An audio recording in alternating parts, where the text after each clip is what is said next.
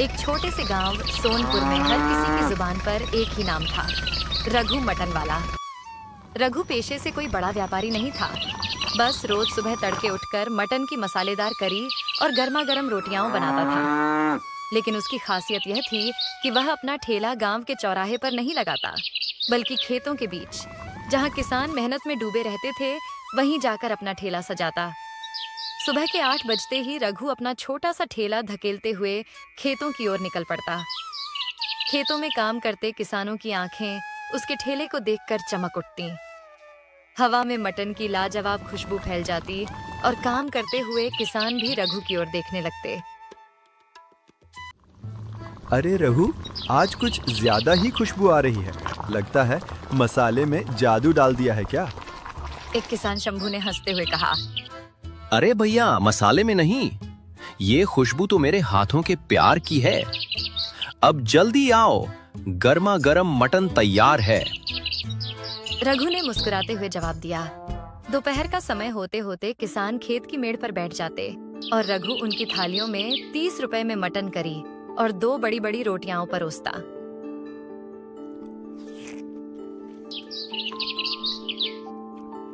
रामलाल किसान ने थाली से टुकड़ा तोड़ते हुए कहा, रघु, तेरे हाथ का मटन खाकर तो थकान ही उतर जाती है। बाकी कोई दुकानदार इतना सस्ता और स्वादिष्ट खाना कहाँ देगा? अरे भाई, तुम्हारे जैसे मेहनतकश लोगों के लिए ही तो ये ठेला लगाता हूँ। शहर के होटल में क्या रघु का मटन बिकेगा? असली स्वाद तो तुम्हारी मिट्टी की खुशबू के साथ ही आता है। रघु ने गर्व से कहा। किसान खाते खाते आपस में हंसी मजाक करते।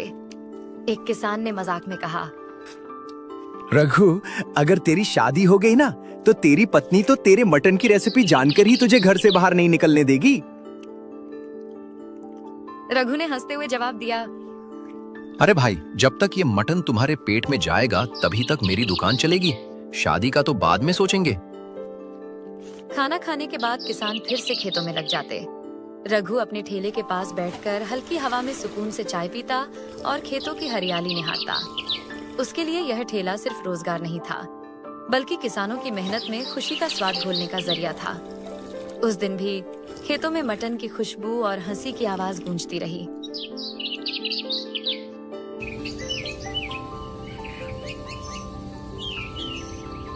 सुबह का समय था। रघु ने रोज की तरह जल्दी उठकर बकरा धोया, टुकड़े काटे और बड़े देगची में मसाले डालकर मटन पकाने रख दिया। आज मसाला कुछ खास बनेगा, रघु बड़बड़ाते हुए बोला। किसान खाकर उंगलियां चाटते रह जाएंगे। 1 घंटा बीत गया। रघु ने ढक्कन खोलकर देखा,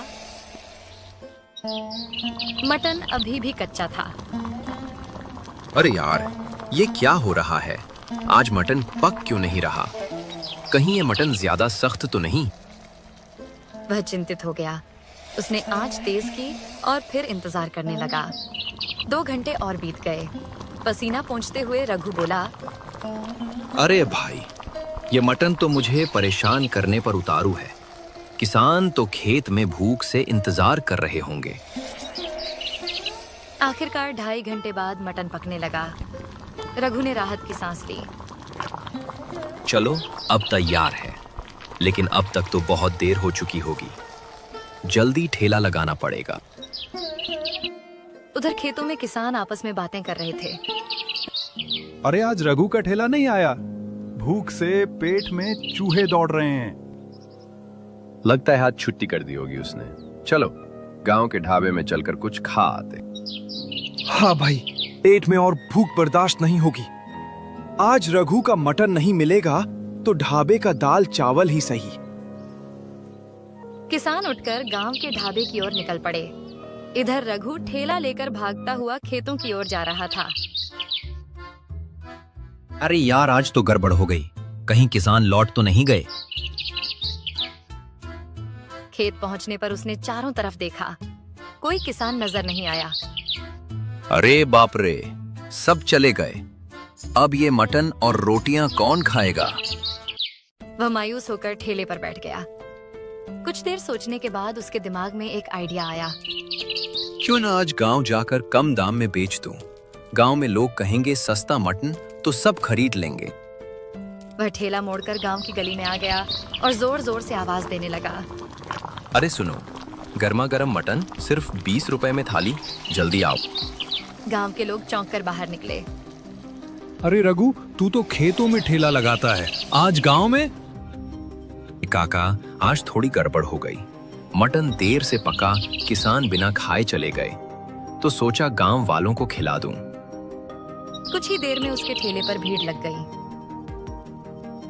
अरे वाह, सस्ता मटन, जल्दी दे रघु।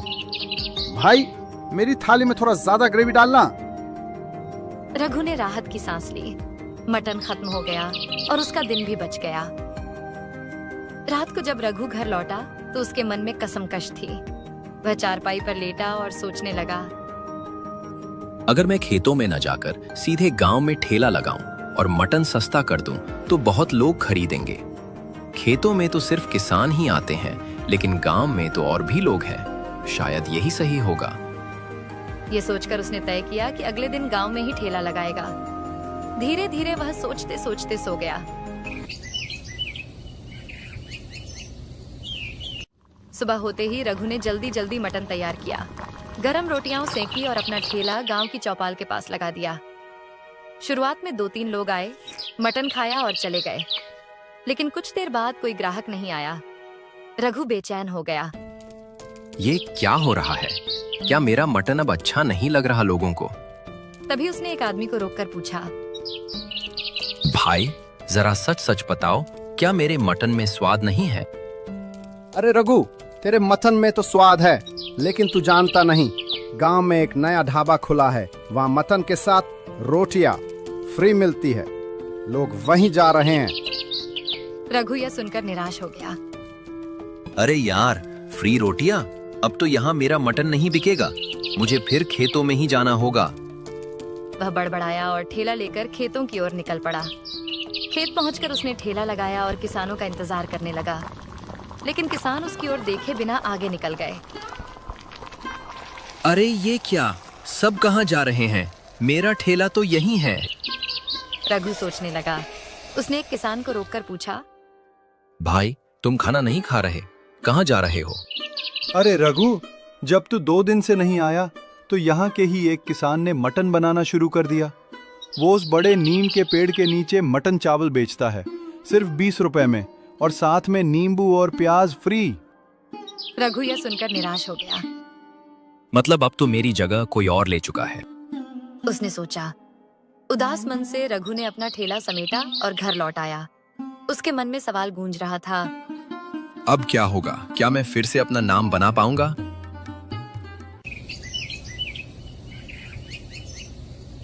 सुबह होते ही रघु ने मन ही मन ठान लिया, अगर वो किसान 20 रुपए में मटन चावल बेच सकता है तो मैं 10 रुपए में बेचकर सबको अपनी तरफ खींच लूंगा। चाहे जो करना पड़े, ये ठेला फिर से मेरा ही राज करेगा। लेकिन उसे पता था कि 10 रुपए में बेचने के लिए खर्च कम करना पड़ेगा।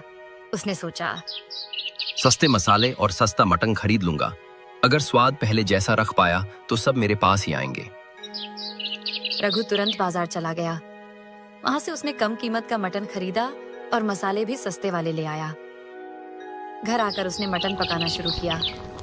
मसाले डालते वक्त उसके मन में हल्की घबराहट थी।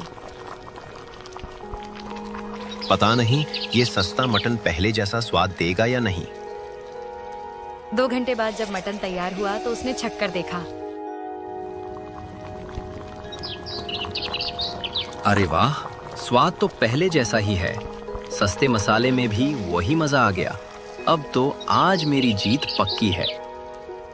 खुश होकर उसने जल्दी जल्दी रोटियां बनाई और ठेला खेतों की ओर धकेलते हुए जोर जोर से आवाज देने लगा,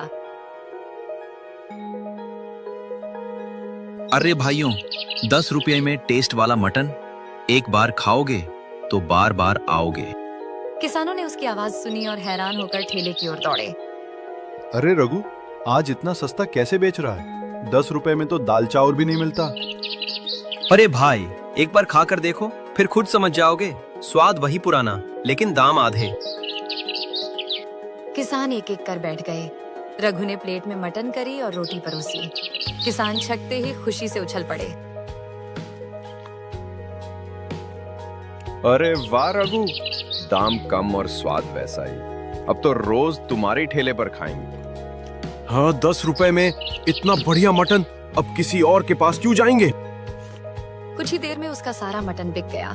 किसानों ने जाते जाते कहा, रघु, तू कल भी इसी दाम पर लगाना ठेला, हम सब तेरे पक्के ग्राहक हो गए हैं। रघु के चेहरे पर संतोष की मुस्कान थी। घर लौटते वक्त उसने मन ही मन कहा, अब इस ठेले की बादशाहत फिर मेरे हाथ में है। सस्ते में बढ़िया मटन देना ही मेरी असली जीत है। उस रात रघु ने चैन की नींद सोई, क्योंकि उसे पता था कि वह फिर से किसानों का चहेता बन चुका है।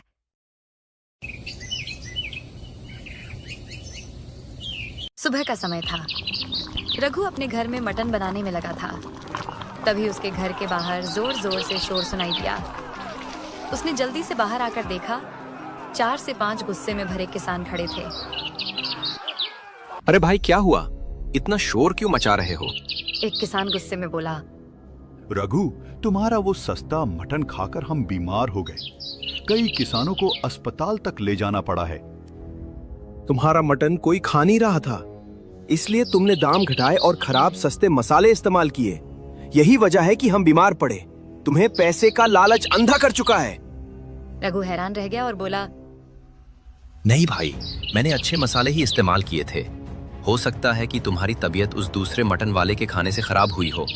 मेरी तरफ से तो इस मोती तभी तीसरा किसान बात काटते हुए बोला, नहीं रघु, हमने उस दिन किसी और का नहीं, सिर्फ तुम्हारा ही मटन खाया था। तुम ही इसके जिम्मेदार हो।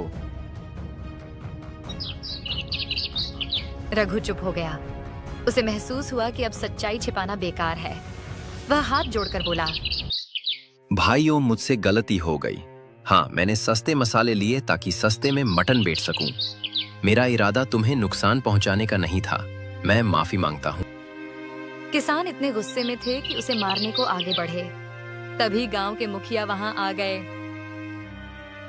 रुको भाइयों, रघु ने अपनी गलती मान ली है। अब उसे समझ आ चुका है। हमें उसे माफ कर देना चाहिए। मारपीट से कोई हल नहीं निकलेगा। रघु किसान धीरे धीरे शांत हो गए। रघु, अब तुम गांव में मटन नहीं बेचोगे। ये काम बंद कर दो और कोई दूसरा काम सीख लो। ईमानदारी से मेहनत करो, तभी लोगों का विश्वास लौटेगा। ठीक है मुखिया जी, मैं अब कोई और काम करूंगा। मुझे माफ कर दीजिए।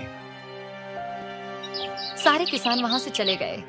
रघु घर लौटकर चुपचाप चारपाई पर बैठ गया। अब मैं क्या करूं? मटन बनाना ही मेरा काम था, लेकिन अब वह सोच में पड़ गया।